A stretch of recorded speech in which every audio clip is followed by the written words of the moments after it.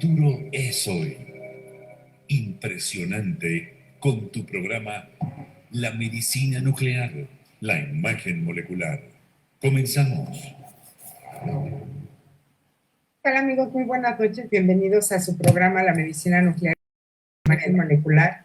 Y pues desde luego aquí donde todo es muy claro a través de las palabras sencillas de nuestro gran experto titular de este programa, el doctor Díaz Meneses. ¿Cómo está, doctor? Muy buenas noches. Muy bien, Lupita, pues con algo de frío, como pueden ver, pues vengo abrigado. En otras ocasiones ya habíamos comentado, ¿no? Que aquí en la Ciudad de México, pues es rarísimo que caiga nieve. El otro día comentábamos, ¿no? Que hace como 50 años fue la última vez que cayó nieve, ¿no? Pero sí nos pega el frío. Para las personas que nos escuchan de otros lados, pues la Ciudad de México está aproximadamente como a 2.200 metros sobre el nivel del mar, o sea, es una ciudad que está en un altiplano, y pues eso hace que en ciertas temporadas llegue a ser pues un frío que obliga a que andemos abrigados también, Lupita, como hoy está abrigada, ¿no? Pero solo que en la Ciudad de México no cae nieve porque no estamos tan al norte. De hecho, estamos en una área tropical porque estamos debajo del trópico de Cáncer. Eso como el barrio cultural, ¿no?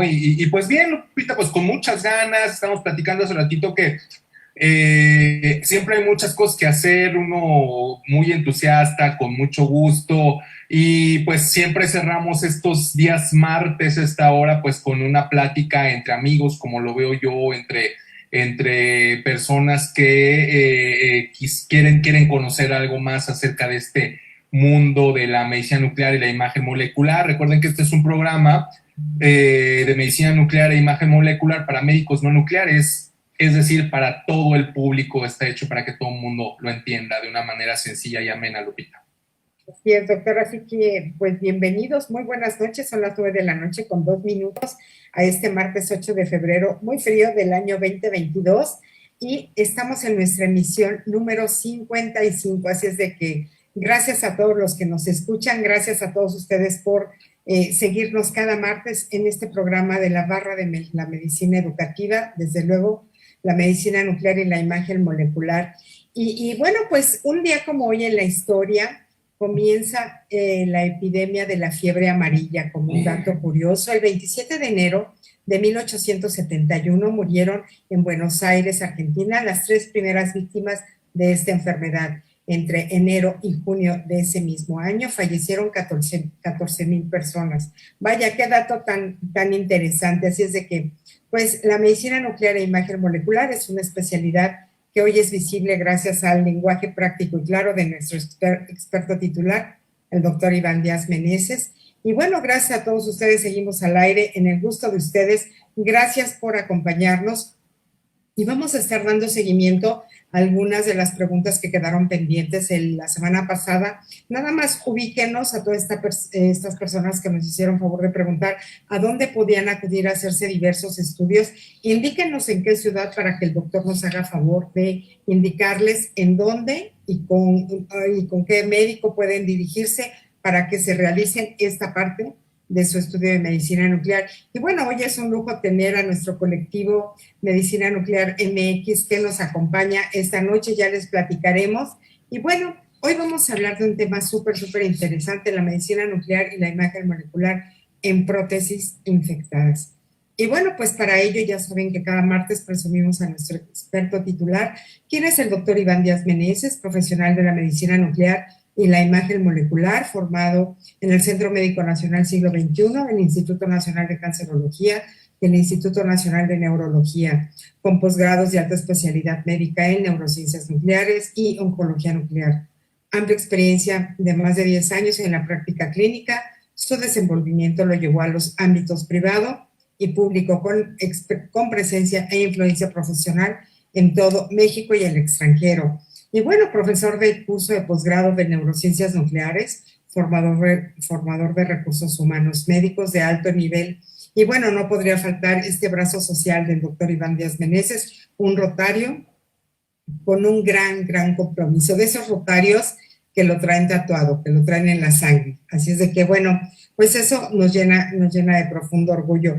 Ya nos platicará el doctor, el colectivo Medicina Nuclear MX, hoy nos acompaña y nos platicará cómo pueden formar parte de él. Así es de que no se despeguen, amigos, y la medicina nuclear y la imagen molecular, primer programa radiofónico dedicado a la divulgación de la medicina nuclear y la imagen molecular desde México para el mundo. Y bueno, pues con mucho gusto les presumimos, somos los primeros divulgadores pioneros en lenguaje español, totalmente verificado. Y bueno, es una especialidad médica de excelencia y de vanguardia. Y bueno, pues vamos a hablar de este tema que finalmente muchos desconocíamos. Hubo alguna asociación de osteoporosis que nos preguntaba que si iba un poco relacionado. Y bueno, todas las preguntas las vamos a dejar a nuestro especialista para no confundir a ninguno de nuestros radioescuchas. Y vamos a hablar el día de hoy la medicina nuclear y la imagen molecular en prótesis infectadas. Y vamos a entrar un poquito en contexto editorial, les platicaremos las enfermedades inflamatorias e infecciosas osteoarticulares pueden tener graves consecuencias para el paciente si no se diagnostican a tiempo. En las últimas décadas, diferentes modalidades de la medicina nuclear han permitido estudiar la fisiopatología de estos procesos y desempeñan un importante papel hoy en día en el diagnóstico, caracterización y monitorización de las enfermedades infecciosas musculoesqueléticas. Así es de que es súper interesante todo el tema que hoy nos va a desarrollar el doctor Iván Díaz Meneses. Pues gracias a nuestra querida casa productora, Promoestereo, gracias por todas las facilidades, nuestra querida productora en radio, Cheli, querida Celia González, gracias, nuestro productor en Orbe TV Network, Sergio Apan, muchas gracias, querido Sergio. Y pues en nuestras redes sociales, ya saben, Facebook, Twitter e Instagram, la medicina nuclear, la imagen molecular. Ahí estamos, nos pueden seguir, por favor, acompáñenos, va a estar muy interesante. Y todo lo que quieran saber o preguntas adicionales al 5510-640164. Y bueno, pues ya saben que estamos conmemorando el Mes Mundial del Corazón y este 14 de febrero es el Día Mundial de las Cardiopatías Congénitas y el Día Mundial de la Epilepsia. Ya estaremos platicando la próxima semana de esto. Y bueno, pues a todos nuestros amigos que nos escuchan, recuerden que cualquier estudio de medicina nuclear que ustedes requieran, comuníquense con nosotros desde cualquier estado de la República y el doctor les hará saber dónde pueden acudir a hacerse este estudio que ustedes requieran. Y bueno, doctor, hoy entramos en materia porque hay mucho que usted nos platique y empezamos, siempre que existe una inflamación, ¿hay infección? Hola, Lupita. Estos procesos fisiológicos, fisiopatológicos suelen ir de la mano. Generalmente coexisten por una causa, por decirlo así, en una persona que solamente tiene el proceso infeccioso como un problema que enfrenta. Normalmente, siempre a la infección le precede la inflamación, suelen ir juntos con pegados, pero hay situaciones en donde puede haber infección sin que necesariamente haya inflamación y puede ser por diferentes causas, ¿no? Una de las causas es qué tan aguda o qué tan abrupta o qué tan agresiva es una infección. Puede haber infecciones que se presentan en estadios tardíos o que se han instaurado durante un tiempo prolongado y el cuerpo ha aprendido pues como a tolerar, la bacteria ha aprendido a esconderse del sistema de defensa del cuerpo y hace que no haya una reacción del cuerpo para eliminarla. Este tipo de reacciones del cuerpo pues son bastante conocidas porque son reacciones inespecíficas, son reacciones innatas. La reacción principal es la inflamación. Esta inflamación pues se da debido a que cuando las células del sistema inmune, ya hablamos en otras ocasiones del sistema inmune, el innato y el que se adapta, estas células, sobre todo las del sistema innato, pueden llegar a reconocer a las bacterias y activan un mecanismo de defensa inespecífico. Inespecífico quiere decir que no es directamente dirigido contra un microbio en particular. Un tipo de una respuesta específica son las vacunas. Las vacunas sí que son muy específicas, se van directamente contra cierto microorganismo.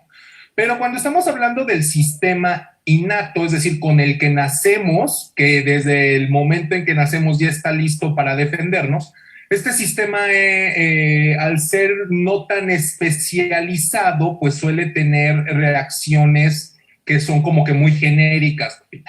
Entonces, cuando estas células que se llaman, por ponerle un nombre, bueno, no por ponerle un nombre, sino por dárselas a conocer, se llaman los macrófagos y algunos cierto tipo de otras neuronas de línea de defensa, como pueden ser algunos linfocitos que matan directamente bacterias o células.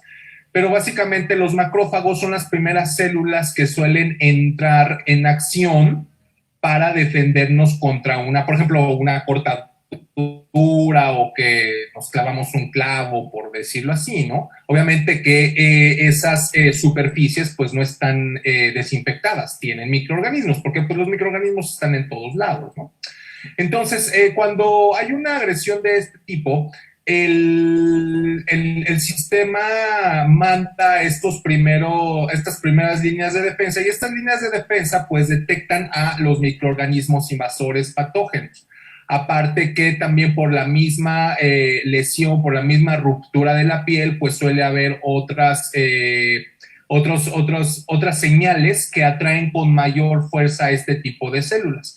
Y este tipo de células, pues a su vez reclutan a otras diferentes células del sistema inflamatorio que se dedican a crear unas moléculas que hacen que el área en donde se va, pues a decirlo así, a librar una batalla en contra de los microorganismos, pues se prepare. Entonces, para que puedan llegar más células a el sitio a donde se requieren, pues se tiene que incrementar el flujo de sangre, porque recordemos que si bien es cierto, hay algunas células que viven en los tejidos, por ejemplo, en el músculo, por decirlo de alguna manera, células de defensa que están estacionadas o que están acampando en el sitio específico, en sitios específicos del cuerpo y no están como que moviéndose. También es cierto es que la gran mayoría de la respuesta se da por células que se reclutan hacia esos sitios en específico en donde se requiere su acción. Entonces, una manera de facilitar la llegada a estas zonas, pues es incrementando el flujo de la sangre, Lupita. Entonces, se liberan unas sustancias que hacen que en esa zona en específico haya señales químicas, señales fisiológicas que hacen que la sangre llegue en una mayor cuantía. ¿Y por qué es importante que llegue en mayor cuantía? Pues porque las células que ya están en la segunda línea de defensa, pues llegan precisamente por la sangre. Es la manera más rápida en que pueden llegar. Quizá podrían llegar por otra vía, pero pues se tardarían mucho, ¿no? Entonces, la vía más rápida pues es la vía sanguínea. Entonces, tiene que haber un incremento del flujo sanguíneo. Esto hace, al haber un incremento del flujo sanguíneo, pues que los vasos en donde está circulando la sangre se dilaten, es decir, tienen un cierto tamaño, se envían estas señales, los vasos se dilatan, o sea, se hace más grande para que puedan llegar pues mayor cantidad de sangre. Esto tiene varios efectos. Uno, ya lo dijimos, incrementa el flujo sanguíneo. Dos, hace que las uniones entre estas células se separen un poquito y eso hace que también pueda fugar, porque necesitamos que las células fuguen hacia el tejido, porque bueno, una cosa es que estén adentro de la sangre, que pueden funcionar bien, pero también necesitamos que salgan de la sangre para que lleguen al tejido a donde van a ejercer la acción. Entonces, necesitamos también que haya una facilidad a la salida de las células de la sangre hacia los tejidos, y eso se logra también pues dilatando estas uniones entre los vasos capilares, ¿no? Y eso hace que junto con las células pues también sale un poco de plasma. El plasma es la parte no celular, es la parte líquida de la sangre. La sangre está compuesta por plasma, o sea, el líquido, y los elementos formes, o sea, los glóbulos rojos, los macrófagos, los eritrocitos, las plaquetas, etcétera. Entonces, sale todo este tipo de sustancias y se acumulan en el tejido, y esto hace que haya una inflamación que incremente de tamaño, porque también hay un mayor flujo sanguíneo, pero también hace que haya edema, y también, Lupita, hace que haya dolor, porque las terminaciones nerviosas que están en las diferentes partes del cuerpo, pues son sensibles a este cambio en el incremento en la presión, son sensibles a la presencia de ciertos marcadores y sustancias químicas y bioquímicas que se liberan durante estas acciones, también por el mismo efecto de las toxinas o las sustancias propias de las bacterias o los microorganismos, pues también se presentan este tipo de reacciones inflamatorias cuando hay infección. Este mismo tipo de efectos se puede presentar en ausencia de bacterias. Ajá, recuerden que estamos diciendo que la inflamación es una respuesta inespecífica. También, por ejemplo, cuando nos quemamos, Lupita, pues con el sol, por ejemplo, o con una sartén caliente, pues también se activa este tipo de respuesta. O con una sustancia química y no hay infección, pero la respuesta es muy similar.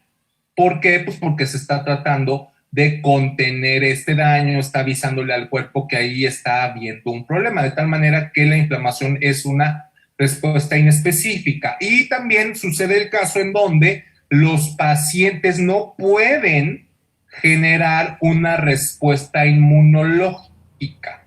Es decir, que generan la inflamación es un mecanismo de defensa, o sea, sí duele y sí es un tanto desagradable poseerla, pero es un mecanismo de defensa. El problema es cuando o no se genera o se genera de manera incontrolada o se genera de más. Ajá. Entonces, bueno, situándonos en el contexto muy de las infecciones. La inflamación es un mecanismo de defensa porque es nuestro cuerpo diciéndonos que ahí hay un problema y es nuestro cuerpo diciéndonos que se está haciendo cargo de ese problema.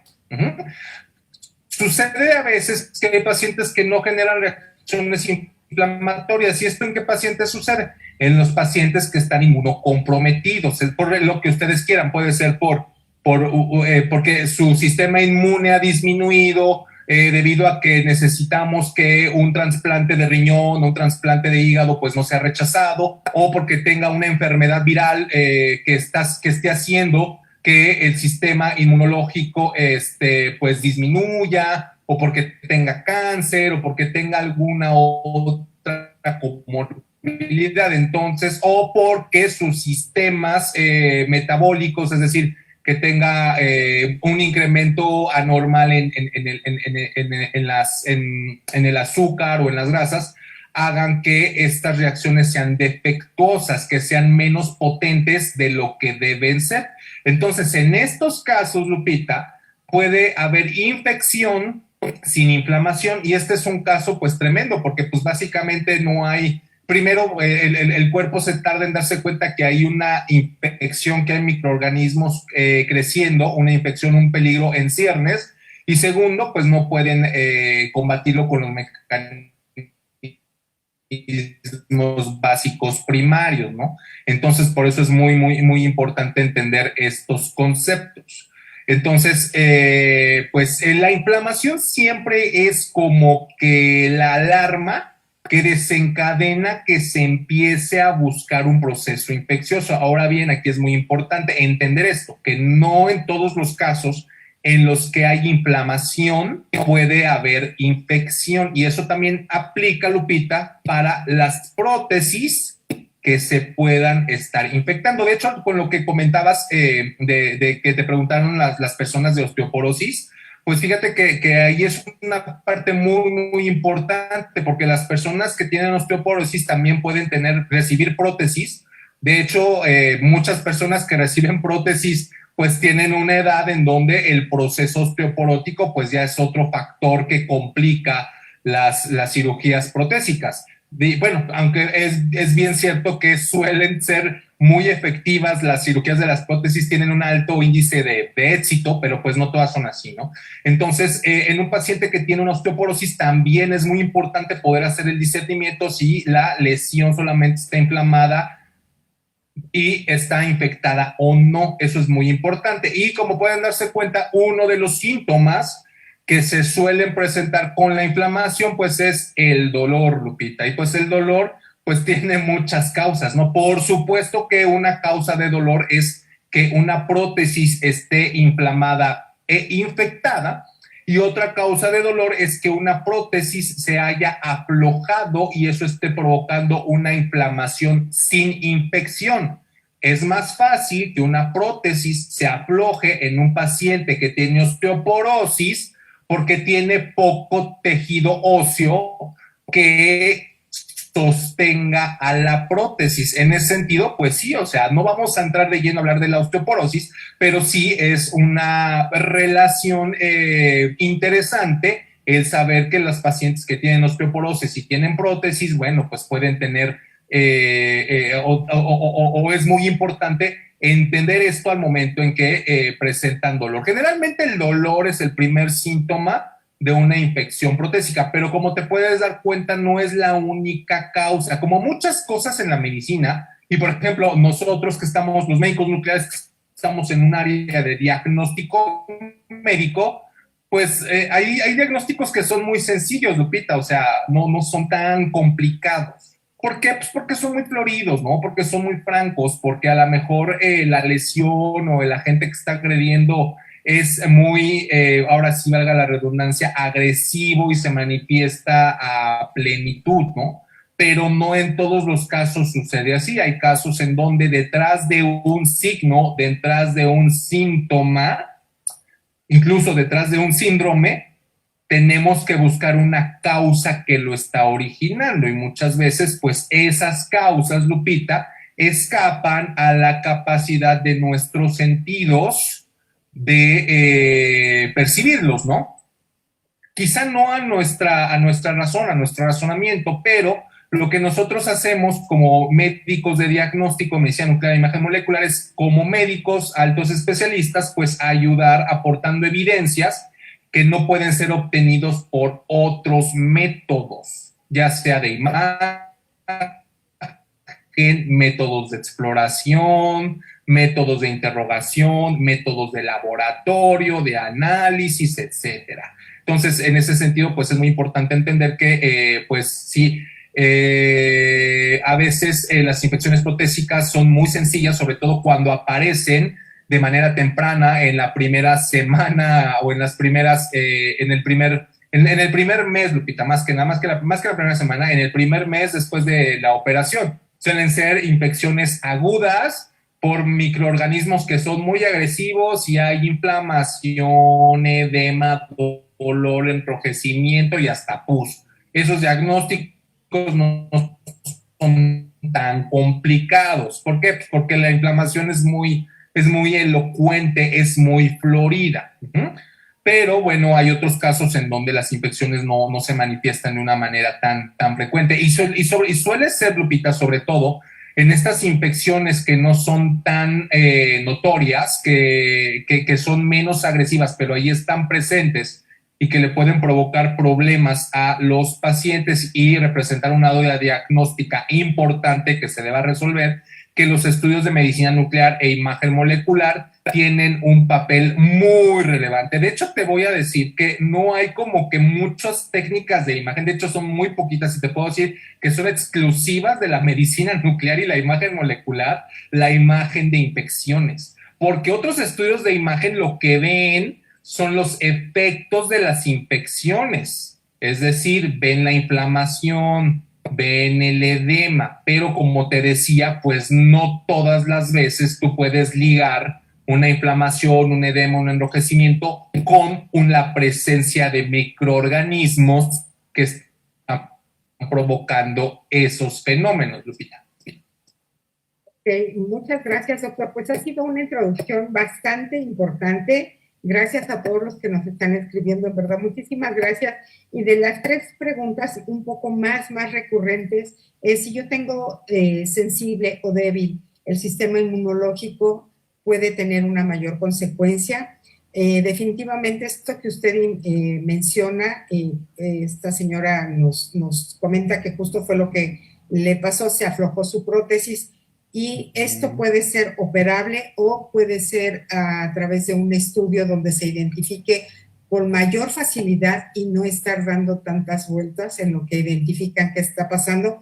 Y dos detonantes importantes para una infección es el dolor, la inflamación, y si esta inflamación puede llegar a una consecuencia de infección al hueso. Todo esto se lo haremos llegar al doctor a través de Facebook para que ustedes puedan ir documentándose ahí. Y desde luego esto será contestado el día de mañana, pero ahorita nada más quisimos compartirles las preguntas más recurrentes de la gente que nos ha estado escribiendo. Muchísimas gracias. El WhatsApp es 5510-640164. Y continuamos porque la pregunta que viene es muy, muy interesante también. ¿Qué radiotrazadores se utilizan para este diagnóstico, doctor? Sí, pues antes de contestar, pues gracias a los escuchas por participar. De hecho, pues nos da mucho gusto que participen. Y como les decía Lupita, pues sí, como que hay varias, bueno, no varias, o sea, sí hay otros métodos de imagen, pueden ver la inflamación. Incluso también los estudios de medicina nuclear y imagen molecular con PET o con SPECT podemos ver procesos, podemos ver la inflamación. De hecho, Lupita, la inflamación es como que, hablando de imagen médica, es como que la gran simuladura de todo.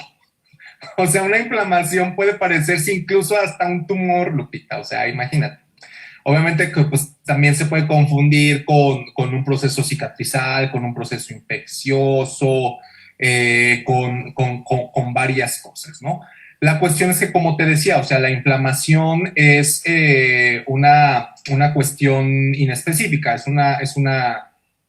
un rasgo que suelen tener la mayoría de las infecciones. Y hace ratito hablamos de las infecciones que eran de tipo agudo.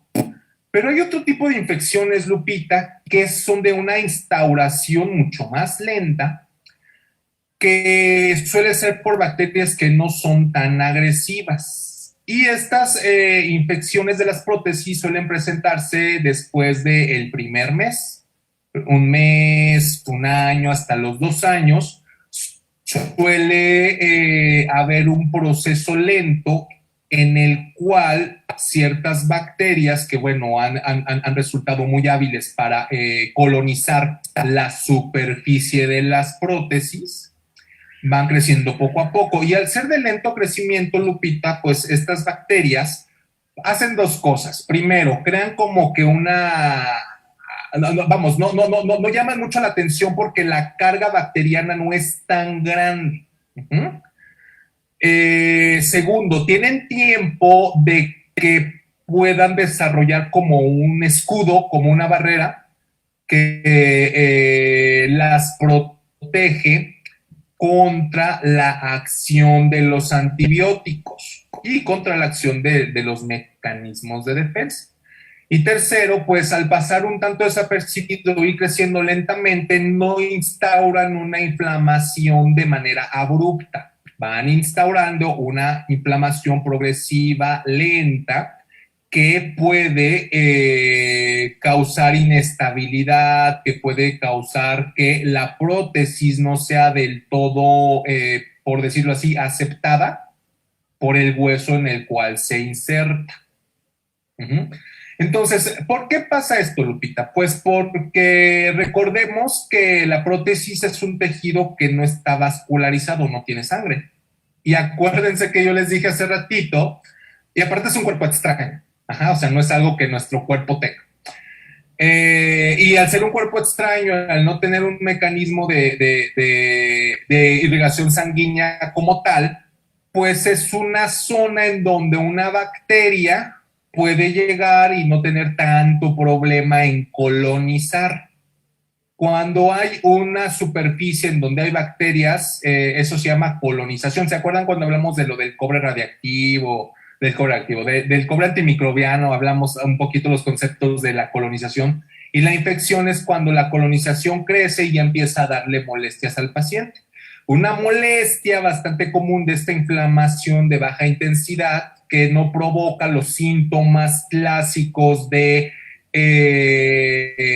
hinchazón, no provoca las manifestaciones de edema, no provoca las manifestaciones de enrojecimiento o hipertermia, o sea, como calentura en la zona, exceso de calor en la zona. Pues este tipo de infecciones de lenta instauración provocan una inflamación leve que se manifiesta sobre todo por dolor.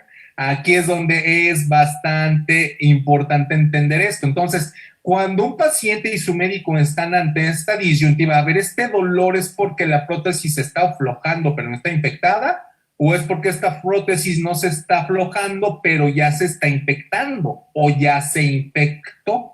Y entonces nosotros sabemos que no podemos esperar ver las mismas características que hablamos en las infecciones que suceden en el primer mes después de colocada la prótesis, porque en ese caso estamos hablando de una manifestación florida por bacterias que suelen ser más agresivas, pero que pueden ser combatidas, y en este caso estamos hablando de una manifestación de más lenta instauración por bacterias que tienen una capacidad de resistencia y de protección para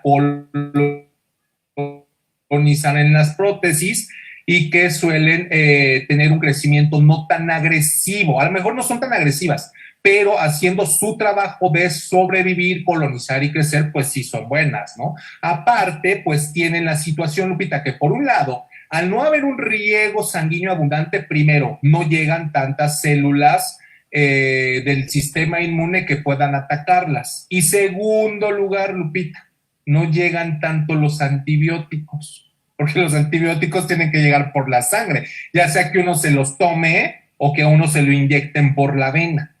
Y aparte tienen esa capa protectora que hace que los antibióticos, bueno, pues tampoco, que el poco antibiótico que llegue o el antibiótico que llegue, pues no todos puedan en realidad tener contacto con las bacterias y ejercer su efecto. Entonces, y esta colonización de la prótesis que se puede convertir en una infección, pues por supuesto, Lupita, que por contigüidad, pues también puede afectar al hueso. Y ahí es donde entra una osteomielitis. Cuando tú tienes la infección acotada a la prótesis, pues es una infección protésica. Pero cuando esta infección invade el hueso, eso se llama osteomielitis. Sobre todo el hueso que tiene médula ósea. Ajá. Por eso de ahí la palabra osteo y mielitis. Mielitis quiere decir médula. Osteomielitis es hueso con médula ósea. Entonces, pues sí, o sea, puede haber osteomielitis en las infecciones, contestando pues una de las preguntas que nos hicieron, ¿no? Pero bueno, ya regresando a la pregunta, ¿qué radiotrazadoras se utilizan? Bueno, tenemos dos tipos de radiotrazadores, los que nos sirven para ver procesos un tanto inespecíficos. Uno de ellos es uno que está muy a la mano, que se puede utilizar como una muy buena herramienta diagnóstica de primera línea de medicina nuclear e imagen molecular, que es el estudio con glucosa. Recordemos que los microorganismos, recordemos que las células que combaten a estos microorganismos, las células inmunes que las combaten, pues utilizan glucosa como sustrato energético. Entonces, en sitios donde hay inflamación, puede haber captación incrementada de este radiotrazador, y ahí se marcan como focos calientes que nos dicen que ahí está ocurriendo un proceso inflamatorio. El problema es que como esta vía molecular fisiológica bioquímica es inespecífica, pues no nos dice si está infectado o no. Nos dice que está inflamado, y eso, bueno, ya es algo importante para detectar un posible citocandidato, pero no nos alcanza a decir si está infectado o no. Pero sin embargo, creo yo que es una muy buena primera aproximación para abordar estos diagnósticos complicados. Primero, el saber si hay un proceso inflamatorio o no, porque como te comenté hace ratito, Lupita, no es que no haya inflamación en las infecciones subagudas, o sea, sí la hay, pero es una inflamación que se da en menor medida. Entonces, sí que la podemos detectar con el estudio de medicina nuclear e imagen molecular. Y entonces, al encontrar una zona inflamada, suponiendo que nuestro paciente es inmunocompetente y que no tiene alguna otra causa médica o de enfermedad que haga que su sistema inmune no funcione adecuadamente, suponiendo que el paciente tiene sus defensas de su sistema inmune normal, tú puedes localizar ahí un sitio infeccioso. Y entonces ya pasarías a responder la segunda pregunta, ¿está infectado o no? Pero ya no andarías buscando en todo el cuerpo, o sea, ya buscarías específicamente en ciertas partes del cuerpo o en las prótesis que no son pequeñitas, que algunas tienen un tamaño, pues no es que sean gigantes, pero pues tampoco es como que un tornillito. Por ejemplo, las prótesis de cadera son grandes, las prótesis de rodillas son grandes, ajá. Entonces, todo este material protésico, pues sí, hay que buscar específicamente en ciertos puntos para tratar de encontrar las evidencias. Entonces es importante porque entonces ya pasamos nosotros a hacer un estudio más específico, es decir, un estudio que sí nos permita visualizar directamente a las bacterias. Y aquí sí hay que hacer una observación bastante importante. La única manera, Lupita, de ver bacterias en vivo y de forma no invasiva es el estudio de medicina nuclear e imagen molecular. No hay otro. La resonancia no la ve. La tomografía no la ve. El ultrasonido no la ve. Este tipo de infecciones. ¿Ah? Como te dije, hay infecciones que son fáciles de ver porque hacen pus y hacen colecciones y bueno, ahí está. Incluso no hay tanto complicado. Pero estamos hablando de infecciones difíciles, infecciones que no son tan manifiestas. Entonces, la única manera, el único diagnóstico de imagen que te permite visualizar bacterias en vivo es precisamente la medicina nuclear e imagen molecular. Otras veces hablamos de los péptidos bacterianos cuando hablamos del programa de cobriante microbiano. Un péptido bacteriano es una manera de nuestro sistema innato, es un tipo de proteína chiquita, pequeñita, no tan grande, que tiene cierta conformación de cargas electrostáticas que hacen que se peguen a la pared de las bacterias. Y en ese sentido, sí es que podemos nosotros ver imagen de bacterias, no imagen de algo que producen las bacterias, sino imagen directamente de las bacterias. Y estos péptidos microbianos, pues lo que hacen pues es destruir a las bacterias. Y esos pues están ahí en el cuerpo, están ahí en el organismo. Entonces, estos péptidos se fijan a las bacterias y quedan retenidos porque finalmente la unión de estos péptidos hace que la pared de las bacterias sea dañada, sea lesionado y esto conduzca a la muerte de las bacterias, ¿no? Entonces hay un estudio que se llama el estudio con ubiquinona que a nosotros nos permite pues visualizar este tipo de infecciones bacterianas. Otro tipo de imagen que nos puede ayudar a permitir el visualizar un proceso inflamatorio infeccioso es una imagen también de medicina nuclear e imagen molecular que marca directamente los leucocitos. Los leucocitos son esas células blancas que son el sistema de defensa. Por un lado hablamos del sistema adaptativo, perdón, del sistema inmune. Los leucocitos son otra parte, es el sistema adaptativo, son esas células que nos permiten ser como que más específicos. No estamos hablando de linfocitos T, linfocitos B, que son súper específicos. También otras células que se llaman eosinófilos, basófilos y neutrófilos, que pues básicamente esos son los leucocitos y nosotros podemos marcar a estas células con estudios de medicina nuclear e imagen molecular y hacer estos estudios también para localizar inflamación e infección. Sin embargo, pues no tienen una alta especificidad, o sea, sí son buenos, pero no tienen una especificidad todavía tan alta como para ver directamente de manera específica las bacterias, porque los leucocitos sí tienen que ver en el proceso inflamatorio, por supuesto que también tienen que ver en el proceso infeccioso, pero el discernimiento entre un proceso infectado, un proceso inflamado con infección o no, pues no es perfecto. O sea, es muy bueno, es mejor que lo que tenemos con tomografía y resonancia, pero no es perfecto. Entonces se diseñaron estos radiotrazadores como la ubiquinona que buscan ser más específicos. Otra manera que se puede utilizar para ver microbios, pues es marcando antibióticos. De hecho, en México, pero bueno, ya cayó en desuso, en México un tiempo se estuvo marcando ciprofloxacino radiactivo, que es un antibiótico que va directamente al ADN bacteriano, porque hablamos también en el programa de cobre que las bacterias tienen ADN. Entonces tú tienes un antibiótico que lo que hace es dañar el ADN bacteriano, lo que hace es lo marcas radiactivamente, tienes un radiotrazador de medicina nuclear y empiezas a visualizar a dónde se acumula ese ciprofloxacino. Ha caído en desuso porque la estabilidad del marcaje no es del todo buena. Entonces se necesitan lugares muy, muy especializados donde se puedan marcar de una manera correcta. Y pues eso complica las cosas, ¿no? Entonces la ubiquinona tiene un mejor control de calidad y eso es lo que ha ido desplazando la UBI por el ciprofloxacino. Esto lo comento por una razón muy importante, porque a mí me han llegado varios pacientes que me han pedido estudios con ciprofloxacino y yo les digo que pues desafortunadamente no le podemos hacer estudio con ciprofloxacino porque comercialmente ya no hay ciprofloxacino radiactivo en México, ni en ninguna otra parte del mundo. De hecho, pues es una cuestión muy, muy, muy interesante, ¿no? Y lo que nosotros les ofrecemos a los pacientes es un estudio con ubiquinona.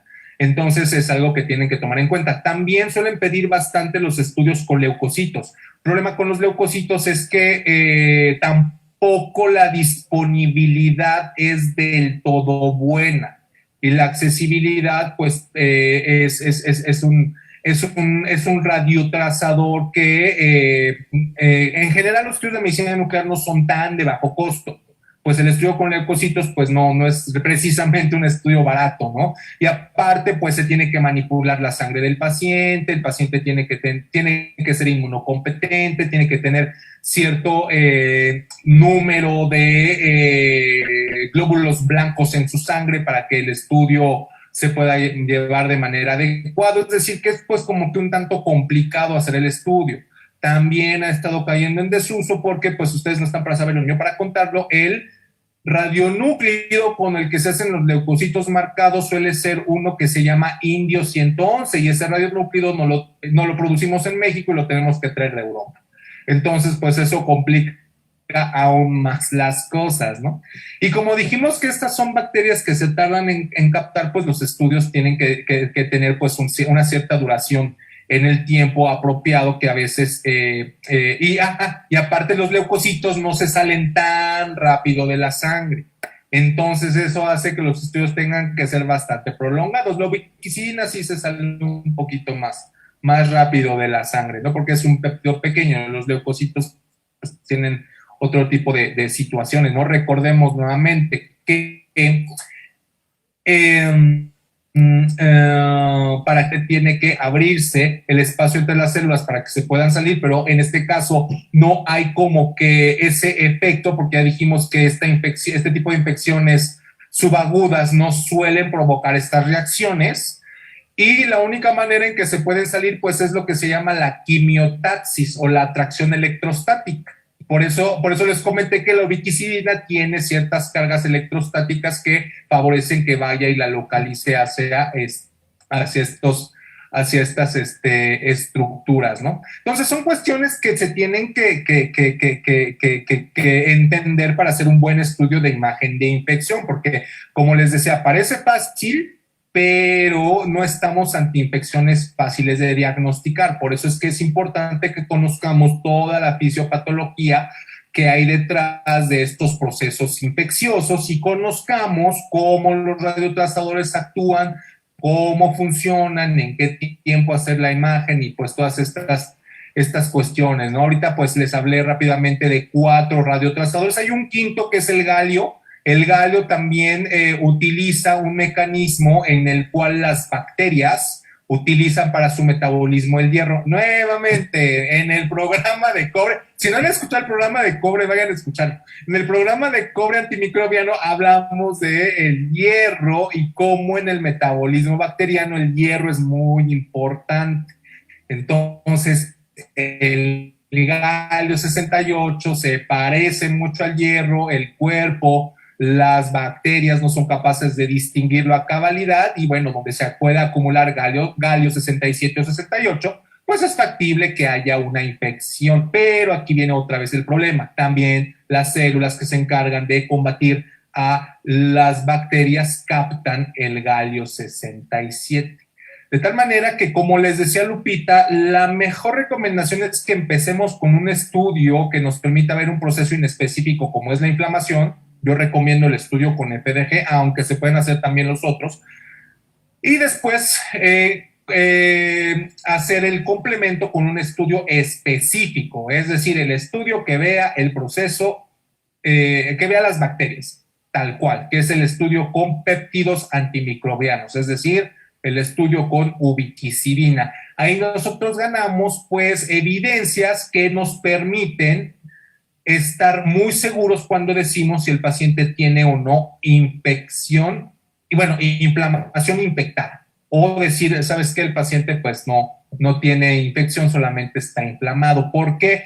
Porque el aflojamiento de cadera, Lupita, también provoca inflamación, pero no está infectado. Entonces, en ese sentido, es súper importante saber, o sea, aflojamiento de cadera versus prótesis infectada, las dos provocan dolor, las dos provocan una inflamación de bajo grado. Entonces, pero una está infectada y la otra no. Y el tratamiento es diferente, porque una requiere, pues, quizá dar un medicamento que fortalezca los huesos, que ayude a incrementar la densidad ósea, y la otra implica que quizá el paciente tenga que someterse a un ciclo agresivo de antibióticos o quizá quitar la prótesis, poner material temporal impregnado con antibióticos y volver a poner la prótesis. Entonces, por eso, Lupita, es tan importante poder hacer estos diagnósticos. Exacto, y cada persona, desde luego, tiene un diagnóstico diferente y diferenciar perfectamente, pero esto lo tiene que hacer el especialista. Recuerden, amigos, estamos en el 5510-640164. Muchas gracias por acompañarnos el día de hoy. Hoy estamos hablando de la medicina nuclear y la imagen molecular en prótesis infectadas. Y voy a hacer 2 preguntas muy recurrentes. Hablar de los antibióticos, que esto es bien específico por el tipo de prótesis, la infección, los problemas que han tenido. Y la otra, el doctor Germán Montalvo de Honduras dice que si usted considera definitivamente que es mejor para el paciente darle un tratamiento con electroestática, ¿beneficia? Que es justo lo que nos acaba de platicar hace un momento. Bueno, no, lo que comenté es que todas las proteínas y todas las moléculas, Lupita, tienen una carga electrostática en específico. Las moléculas en el cuerpo se atraen por diferentes mecanismos. Unos pueden ser químicos, ya dijimos, ¿no? Las células no se comunican por las orejas ni por la boca, no hablan, o sea, pero su comunicación es química. Esas se llaman las citocinas. Pero hay otra comunicación que no es química, que es mediante las cargas que tienen los diferentes átomos que conforman a las moléculas biológicas. A eso me refiero cuando hablo de cargas electrostáticas. Ajá. Son cargas, son fuerzas que se están generados por bueno, vamos a entrar un poquito en Honduras, pero el nivel o los arreglos que tienen los electrones, porque los electrones son los que dan estas cargas, hace que haya zonas en donde son más positivas o zonas en donde son más negativas, con diferente conformación espacial. Eso me refiero con cargas electrostáticas. Entonces, como que van y se juntan y se y se acoplan, por decirlo de esta manera, ¿no? Quizá Muy podríamos bien. después hablar de un programa Claro que sí. de estas cuestiones, pero a eso me refiero cuando menciono cargas electrostáticas. O sea, no es una carga electrostática que venga de fuera, sino son las Sí. mismas cargas electrostáticas que tienen las moléculas. Todas las moléculas pueden estar cargadas positivamente, negativamente o neutras, dependiendo de los tipos de átomos que tengan en su conformación. Recordemos que las moléculas pues están formadas de átomos. La molécula una de las más básicas, el agua, un átomo de hidrógeno y dos de oxígeno.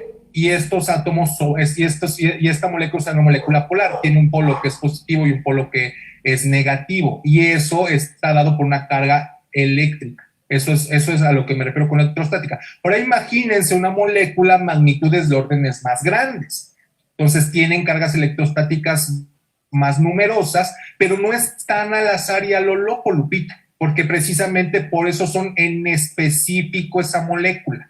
O sea, una molécula de ubiquicidina no es igual que una molécula de colágeno, por decirlo así. Se parecen en que las dos están hechas de aminoácidos, por supuesto, pero ya para no entrar tanto en profundidad, pero eléctricamente son diferentes. Son diferentes y tienen una especificidad eléctrica. Entonces, a eso me refiero. Perfecto. Bueno, doctor Germán Montalvo, desde Honduras. Muchas gracias por su pregunta y ahí está la explicación de nuestro experto titular. Y bueno, pues a mí me gustaría que nos dieran la noticia rápidamente para continuar con la última pregunta, doctor. Así es de que, ¿qué nos trae de noticia el día de hoy? Pues es una muy buena noticia, Lupita, porque en la medicina nuclear y imagen molecular, pues ya hemos relatado a lo largo de estos programas que el ejercicio de la medicina nuclear, por supuesto que requiere excelentes médicos nucleares, pero también requiere mucha infraestructura, Lupita, y también requiere mucha cadena de suministro. Y esto hace que haya situaciones en donde es más fácil o más complicado ejercer la medicina nuclear y la imagen molecular. Recordemos que los estudios de medicina nuclear e imagen molecular no es solo que tengas el equipo, o sea, en los estudios de radiología, pues tú tienes el resonador y pues listo. Tú tienes el tomógrafo y pues listo, o el equipo de rayos X y listo. Y tú puedes tener tú puedes comprar un contenedor o un lote de medios de contraste, los almacenas y los utilizas cuando el paciente llegue y pues, se acabó. No hay tanto como que problema, pero eso no pasa en la medicina nuclear. La medicina nuclear no es suficiente con que tengas el equipo, Lupita. Esto complica las cosas. Porque como lo comentamos, los radiotrazadores no son medio de contraste. Los radiotrazadores no son cosas que se puedan almacenar. No es algo de que, yo pido un lote de radiotrazadores a Holanda y ahí lo voy a tener un mes para irlo sacando cuando el paciente lo requiera. No. Los radiotrazadores se tienen que fabricar en máquinas fantásticas, fabulosas. Unas de ellas son los ciclotrones. Los radiotrazadores tienen dos partes, la parte radiactiva, es decir, nosotros tenemos la capacidad como humanidad de producir radiactividad artificial en máquinas que se llaman ciclotrones, que es un acelerador de partículas. Chiquito, bueno, no tan chiquito. Entonces, tú tienes un acelerador de partículas y eso hace que tú tengas ciertos átomos y a los cuales los puedes volver radiactivos, porque si no los vuelves radiactivos, pues simplemente no puedes hacer estudios de medicina nuclear e imagen molecular, porque una condición indispensable es que necesitamos que los átomos sean radiactivos.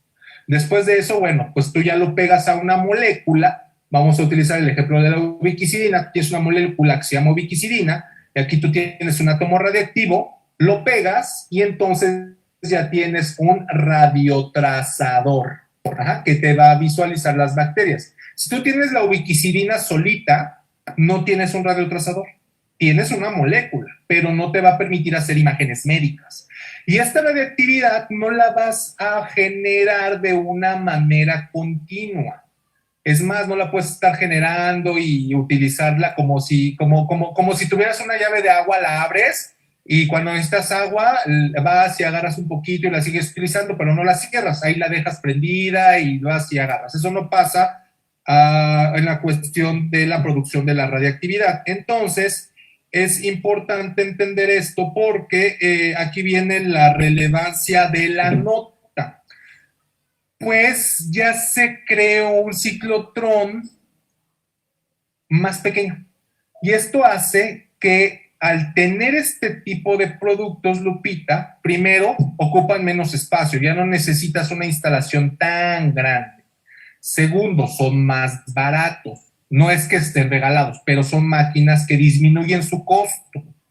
Tercero, esto hace que sea más fácil poner un ciclotrón en cualquier ciudad en donde hay un equipo de PET-CT que nos permita incrementar la disponibilidad de radiotrazadores.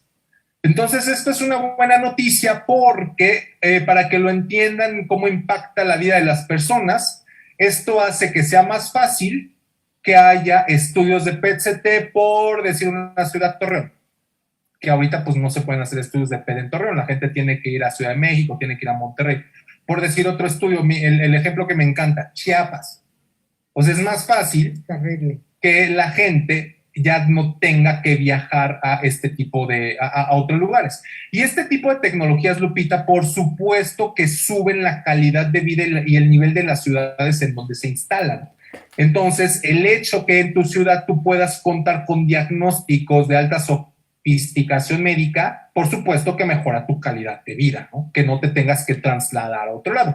Y esa es la buena noticia, que se está avanzando en hacer estos equipos más accesibles, más eficientes, con menos requerimientos para su instalación. Obviamente que también tiene que cumplir con todas las normatividades de la Comisión de Seguridad Nuclear y Salvaguardas para operar de manera segura, pero en principio esto está pavimentando el camino para hacer que haya mayor disponibilidad de medicina nuclear e imagen molecular, no solo en México, en el mundo, Lupita. Sí, doctor, muchísimas gracias. Y bueno, pues cerraríamos con esta pregunta que dejamos al final. Tenemos escasamente 2 minutos. ¿Qué es el biofilm? El biofilm, es lo que te estaba diciendo, es como ese escudo que las bacterias producen, protector. Ese es su escudo protector. O sea, las bacterias van, colonizan y en su evolución hacia provocar una infección, van creando como una barrera protectora, como una muralla, si lo quieres ver así. Eso se llama el biofilm. El biofilm es como ese recubrimiento que se forma encima de la prótesis, que es una mezcla de las bacterias y las sustancias que las bacterias producen a manera de escudo. Entonces, este biofilm pues es algo que complica mucho el que una prótesis le llegue bien el antibiótico. Ajá. Y es un concepto bastante importante, Lupita. Otra, antes de que se nos acabe el tiempo, rápidamente, hay un tercer tipo de infección protésica, que es la infección que se da después de los 2 años. Generalmente se presenta en pacientes, aquí pongan mucha atención, pacientes que tienen prótesis y que se hacen procedimientos invasivos, es decir, que les sacan una muela, que les hacen una colonoscopía, que les meten un catéter, porque esto provoca algo de traumatismo en los tejidos, y estas bacterias que están en estas localizaciones pueden llegar al torrente sanguíneo, y del torrente sanguíneo, como ya dijimos, a pesar de que hay un bajo torrente sanguíneo, pueden tener la capacidad potencial de colonizar una prótesis que hasta antes de eso el paciente no había tenido algún problema. Ese es un tercer tipo de infección, es una infección hematógena que también es difícil de diagnosticar, Lupita. Por eso, siempre cuando tengan prótesis y vayan a hacer un procedimiento, siempre díganle al médico o al dentista que ustedes tienen una prótesis, no lo omitan, porque eso es importante para el manejo profiláctico y evitar que después vayan a tener un problema con la prótesis. Muy bien, doctor, rápidamente platíquenos, ¿para cuándo es el próximo congreso donde usted participa? Bueno, viene el Congreso de Medicina Nuclear e Imagen Molecular, el nacional, que va a ser en Guadalajara.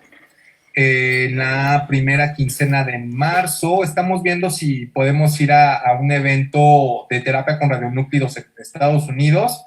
Si el COVID no complica las cosas, por ahí estaremos, ya les estaremos dando noticias.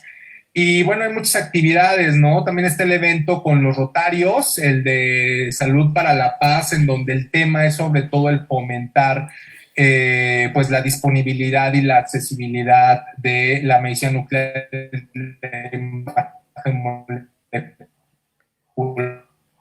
entre la población.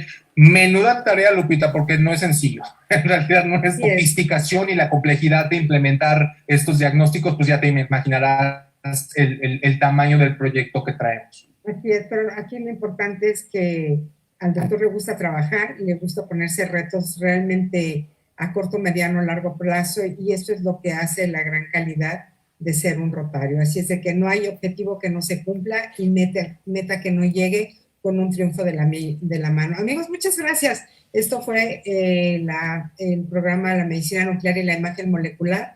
Nos vemos la próxima semana. Recuerden, aquí es la barra de la medicina educativa con nuestro experto titular, el doctor Iván Díaz Meneses. Se despide Guadalupe Mayorga. Muchas gracias a todos en cabina. Doctor, buenas noches. Gracias.